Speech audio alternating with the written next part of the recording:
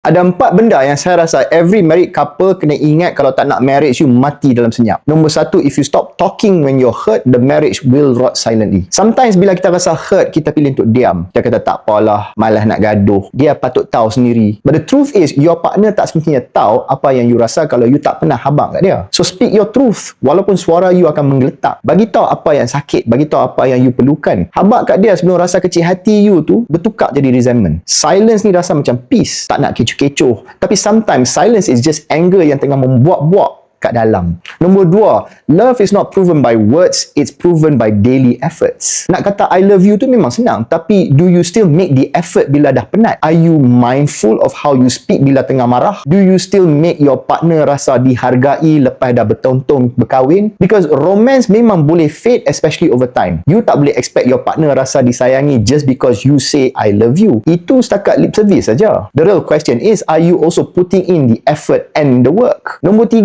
never fight to win, fight to understand. Marriage bukannya pertandingan. Tak ada hadiah ke, trofi ke untuk siapa yang menang perbalahan. Yes, you can be right. Tapi kalau dalam proses nak prove you are betul, pasangan you akan rasa tak dihargai, tak dihormati, and dia akan makin jauh. So instead of focusing on winning the argument, focus on what your partner is actually trying to tell you. You boleh win an argument, but there will be a loser, and that loser will hold resentment. So your winning tu is probably the worst victory you can ever have. And nombor 4, choose each other every single day. Loyalty tu bukan setakat janji yang you buat masa you kahwin dulu. Loyalty is a daily decision that you continuously make. You choose your partner when marriage gets boring. You choose them when you are angry. You choose them when somebody else suddenly make you feel wanted, appreciated, excited. Because if you stop choosing each other long enough, someone else eventually will. And that's why strong marriage isn't built on we've been together for 20 years. Who cares kalau 20 ke 30 tahun punya relationship tu